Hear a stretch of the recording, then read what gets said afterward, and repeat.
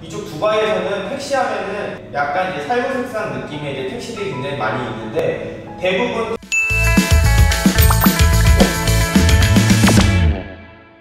안녕하세요 여러분, 비바트입니다. 자, 오늘은 제가 두바이 대중교통에 대해서 얘기하려고 하는데요. 사실 두바이는 자동차가 없으면 굉장히 다니기 힘들어요. 그래서 사람들이 만약에 두바이 여행 처음에 온다라고 하면은 자동차를 렌트를 하든지 이제 택시를 많이 이용하거든요. 택시를 많이 이용하는 요인 중 하나가 택시비가 굉장히 싸요. 그러니까 기본요금으로 하면은 한국 돈으로 1,500원밖에 안 돼요. 그러니까 두바이는 물가가 엄청나게 비싸다고 막 사람들이 많이 알고 있잖아요. 사실 뭐 식당 가도 뭐 2명이서 밥을 먹는다고 하면은 뭐 5만원, 뭐 10만원 나오기가 굉장히 쉬운데 여기서는 택시는 굉장히 좀 싸더라고요.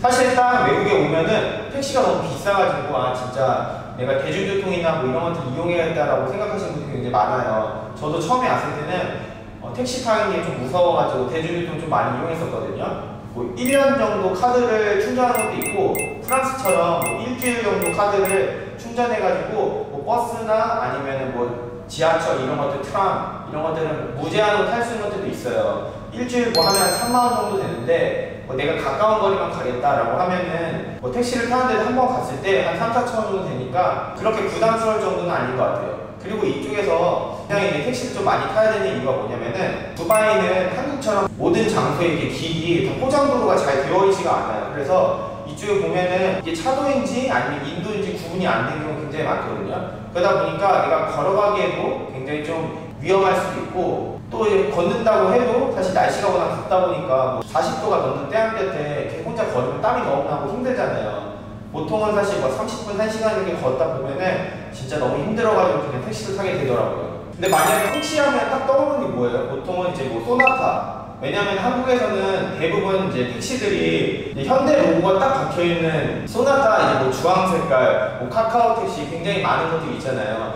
이쪽 두바이에서는 택시 하면은 약간 이제 살고색상 느낌의 이제 택시들이 굉장히 많이 있는데 대부분 거의 90% 이상이 토요타 브랜드인 것 같아요. 이쪽에서도 일본 자동차들이 굉장히 오래 타도 고장이 없어가지고 사람들이 많이 이용한다고 해요. 보통 택시들은 보니까 이쪽에서 뭐 20만 킬로, 30만 킬로 굉장히 좀 많이 타요. 거기에다가 이쪽 두바이는 뭐 모래바람도 많고 날씨가 되게 덥다 보니까 뭐 장고장 같은 게 많아가지고 수리되는 경우가 굉장히 많은데 이런 것들이 좀 힘들다고 하더라고요. 그래서 두바이에서 택시 하면은 보통 일본 브랜드가 생각이 날까? 첫 번째 이유는 택시 기본 요금인 것 같아요. 사실 뭐 우버 같은 경우에는 굉장히 뭐 고급 브랜드, 이것도 아마 제가 알기로는 일본 브랜드로 알고 있는데 렉서스 같은 것들이 굉장히 많거든요. 렉서스는 아무래도 비용이 비싸다 보니까 기본 요금이 한 4, 5천 원 정도 하는 것 같아요. 근데 보통 택시들은 기본 요금이 1,500원밖에 안 가고 가끔 한국 가면은 굉장히 짧은 거리들은 택시 타기가 굉장히 어려울 때가 있잖아요. 장거리를 많이 타기도 하는데 이곳은 짧던지 길던지 뭐 그런 거 생각 안 하고 그냥 오히려 내가 길에서 막 이렇게 두리번 하고 있으면은 택시들이 알아서 크라시를 울려요. 타라고. 택시 기다리는 거 아니고. 이렇게 할 만큼 택시들이 굉장히 많은데 이쪽에 있는 택시들이 대부분이 일본 자동차예요. 왜냐면은 낮은 기본 요금으로 택시 회사들을 운영을 하려면은 자동차가 자산이니까 장고장이 안 나오고 굉장히 오래 가야 되는 것들이잖아요. 제가 타보니까 토요타 같은 경우에도 좌석도 넉넉하고 거기다 장고장도 안 나고 그리고 이제 브랜드 이미지가 이쪽 두바이에서는 굉장히 좋더라고요.